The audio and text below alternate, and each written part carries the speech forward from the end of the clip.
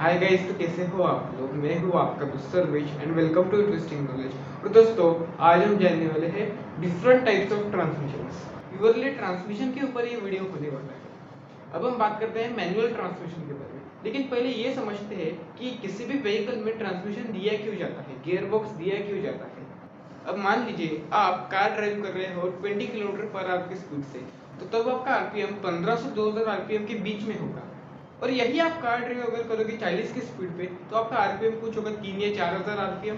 और यही अगर आपको 80 kmph की स्पीड से चलना होगा, तो आपका आरपीएम कुछ होगा 7 या 8000 आरपीएम।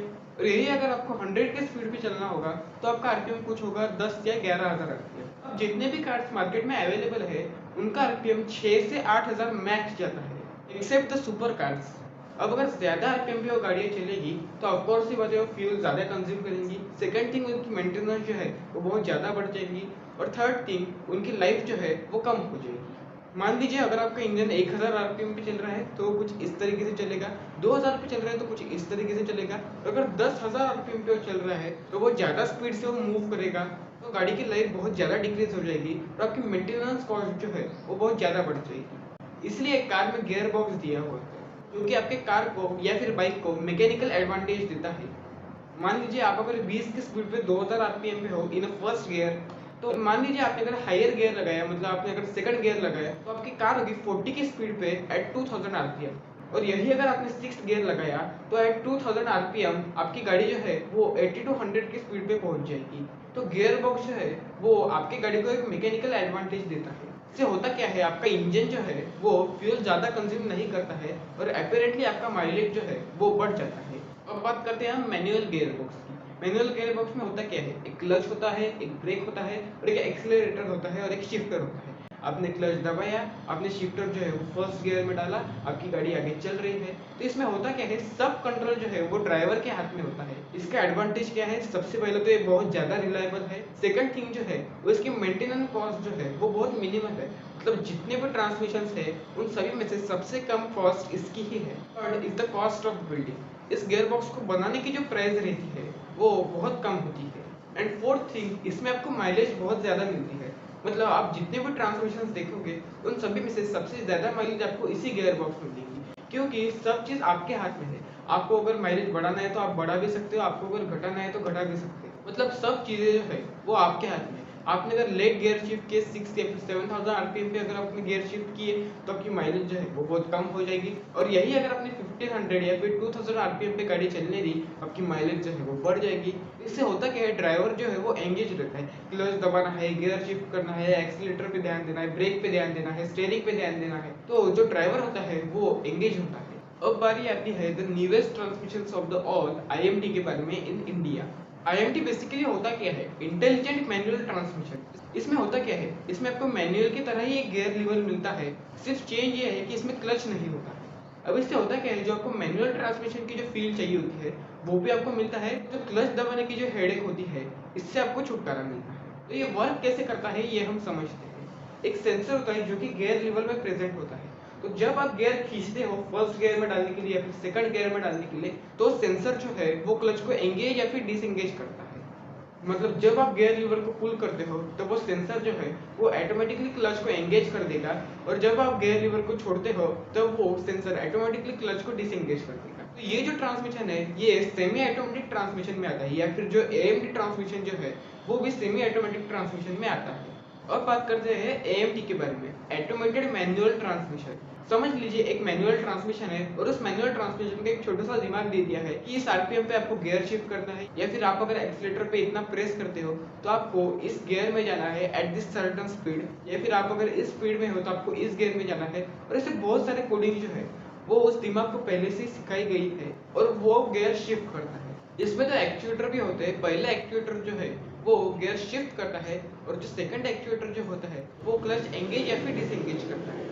तो इसका सबसे बड़ा एडवांटेज जो है वो है इसकी प्राइस। तो ये manual gear box 60 to 70,000 rupees costly होता है, विच इज चीप। जो आपको प्योर ऑटोमेटिक जो गियर बॉक्स मिलता है उसमें आपको 1,20,000 रुपए पे करने पड़ते हैं फॉर द ऑटोमेटिक, और इसमें आप लिटरली हाफ प्राइस में एक ऑटोमेटिक का मजा उठा रहे हो। तो ये एक डिफरेंस है। इसका डिसएडवांटेज क्या है, जो शिफ्ट होते हैं वो बहुत ज्यादा स्लो होते हैं, और ये चीज मैंने खुद एक्सपीरियंस की है, इसलिए मैं आपको बता रहा हूँ। और ये चीज़ क्या है, जितने भी गियर बॉक्स है मतलब DCT, CVT, ये जितने भी गियर बॉक्स है उन सभी को मैंने एक्सपीरियंस किया है, तब मैं आपको ये चीज़ बता रहा हूँ। और इसकी रिलायबिलिटी में भी कुछ प्रॉब्लम नहीं है। अब बात करते हैं हम ऑटोमेटिक ट्रांसमिशन के बारे में। इसको काफ़ी जर्नलिस्ट टॉर्क कन्वर्टर भी कहते हैं या फिर TC भी कहते हैं। तो one and the same thing. Automatic में होता क्या है, लोग ज़्यादा इसको प्रीफर करते नहीं है। स्पेसिफिकली तो चीपर कार, मतलब जो 10 लाख के अंदर जो कार आती है उनमें ऑटोमेटिक जो है वो लोग प्रीफर करते नहीं है, क्योंकि ऑटोमेटिक जो है वो 1 लाख रुपए एक्स्ट्रा आता है। मतलब मैनुअल से आपको 1 लाख रुपए कॉस्टलियर जो है वो इसकी प्राइस पड़ रही है, इसलिए काफ़ी लोग इसको अवॉइड करते हैं। इसीलिए जो अंडर 10 या फिर 15 लाख रुपीस की जो कार होती है उनमें AMD प्रीफर किया जा रहा है रादर देन द ऑटोमेटिक या फिर टॉर्क कन्वर्टर। इसमें भी शिफ्टिंग की कोई दिक्कत नहीं है, ठीक ठाक शिफ्टिंग कर लेता है। कोई कोई गाड़ियों में पैडल शिफ्टर्स भी आते हैं। अब बात करते हैं हम DCT के बारे में, डुअल क्लच ट्रांसमिशन। तो DCT में आपके पास 2 क्लचेस है। पहला क्लच जो है वो कंट्रोल करता है 1, 3, 5, 7 और दूसरा क्लच जो है वो कंट्रोल करता है 2, 4, 6। तो ये 2 क्लचेस रहते हैं जो कि अलग अलग गियर्स को कंट्रोल करते हैं। तो जैसे ही आप फर्स्ट गियर से सेकंड गियर में शिफ्ट करते हो तो पहला क्लच जो है वो डिसएंगेज होता है, दूसरा क्लच एंगेज होता है।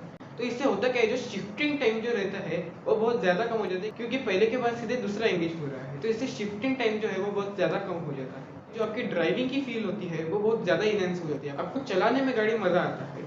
DCT में रिलायबिलिटी के ऊपर एक क्वेश्चन मार्क है, क्योंकि आपको अगर याद होगा तो स्कोडा या फिर वॉक्सवैगन में भी एक DSG गियर बॉक्स आता था। That was also a type of DCT। और इसीलिए जो स्कोडा या फिर वॉक्सवैगन की जो DSG आते थे वो इतने ज़्यादा रिलायबल नहीं थे, इसलिए DCT के ऊपर एक क्वेश्चन मार्क है। फ्यूल एफिशिएंसी जो है उसमें ज़्यादा डिफरेंस नहीं आता है मैनुअल और DCT में। पहला क्लच डिसएंगेज होने के बाद ही दूसरा क्लच एंगेज होता है, तो इससे जो टाइम स्पेन होता है गियर चेंज होने का वो बहुत ज़्यादा कम हो जाता है, इसलिए आपके माइलेज को ज़्यादा इफेक्ट नहीं करता। अब बात करते हैं the last of all, CVT, continuously variable transmission. ये बहुत ही अलग गियर बॉक्स है, मतलब मैंने आपको अभी जितने भी बताए उनमें से सबसे अलग यही है। इसमें जो है वो गियर शिफ्ट आपको फील नहीं होगी। अब बात करते हैं CVT के वर्किंग प्रिंसिपल की। तो अगर आप 2 पुली के ऊपर एक बेल्ट लगा के पावर ट्रांसमिशन कर रहे हैं तो उस केस के अंदर जो ड्राइवर पुली या फिर ड्रिवन पुली है उन दोनों के डायामीटर के ऊपर जो टॉर्क और स्पीड है उसके ट्रांसमिशन का आधार रहता है। यानी कि अगर आप डायामीटर को वेरी करते हैं तो स्पीड या टॉर्क के अंदर वेरिएशन दिखेगा, जिसका यूज़ करके ऑटोमोटिव एप्लीकेशन को फुलफिल किया जाता है।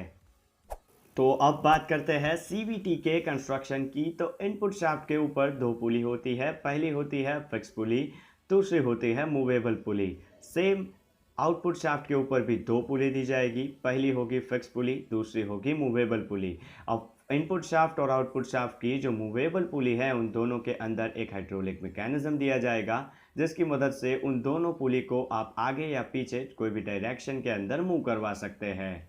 अब इन दोनों पुली के बीच में एक बेल्ट दिया जाएगा जो कि इन दोनों के बीच में पावर ट्रांसमिशन करने का काम करेगा। तो अब बात करते हैं कंटिन्यूअस वेरिएबल ट्रांसमिशन के वर्किंग की। तो दोनों जो मूवेबल पुली दी गई है इनपुट शाफ्ट और आउटपुट शाफ्ट के ऊपर, उसके हाइड्रोलिक जो मैकेनिज्म है उसको हाइड्रोलिक ऑयल की मदद से जो दोनों पुली है उसे साइमल्टेनियसली एक डायरेक्शन के अंदर मूव करवाया जाएगा, जिसके कारण ड्राइवर पुली और ड्रिवन पुली का जो इफेक्टिव डायामीटर है वो रिलेटिवली एक का कम होगा और एक का बढ़ेगा। यानी कि अगर ड्राइवर का कम हो रहा है तो ड्रिवन पुली का डायामीटर बढ़ेगा, और अगर ड्रिवन पुली का कम हो रहा है तो ड्राइवर पुली का डायामीटर बढ़ेगा, जिसकी मदद से अलग अलग गियर रेशियो जो है वो अचीव हो सकते हैं। यानी कि गाड़ी की अलग अलग सिचुएशन के अंदर प्रॉपर टॉर्क की जो रिक्वायरमेंट है वो CVT प्रोवाइड कर सकती है। और ये बहुत ही स्मूथ फील होता है, कभी कभी आपको लगेगा भी नहीं कि गियर शिफ्ट हो भी रहे हैं या फिर नहीं।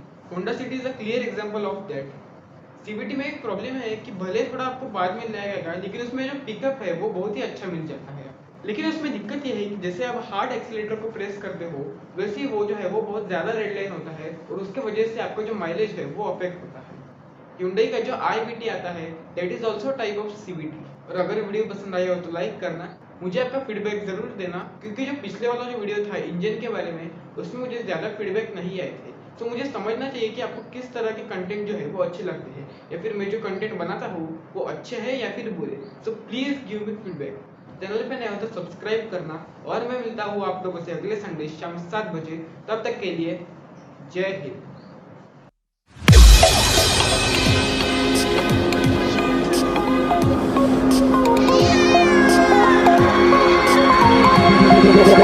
Feel me like a Hellcat.